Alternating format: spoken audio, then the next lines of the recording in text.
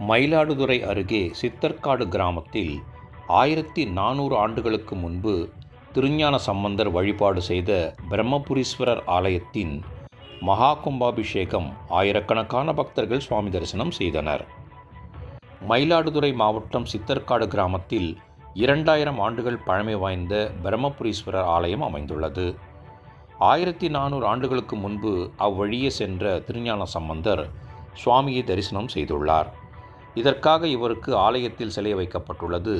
அப்பகுதி மக்களால் சம்பந்தர் ஆலயம் என்று அழைக்கப்படும் இந்த ஆலயம் இந்து அறநிலையத்துறைக்கு சொந்தமானதாகும். ஆலயத்தின் மகா கும்பாபிஷேகம் இன்று நடைபெற்றது. இதனை முன்னிட்டு பல்வேறு புண்ணிய நதிகளில் இருந்து எடுத்து வரப்பட்ட புனித நீர் குடங்களில் வைக்கப்பட்டு 5 கால யாகசாலை பூஜைகள் நடைபெற்றது.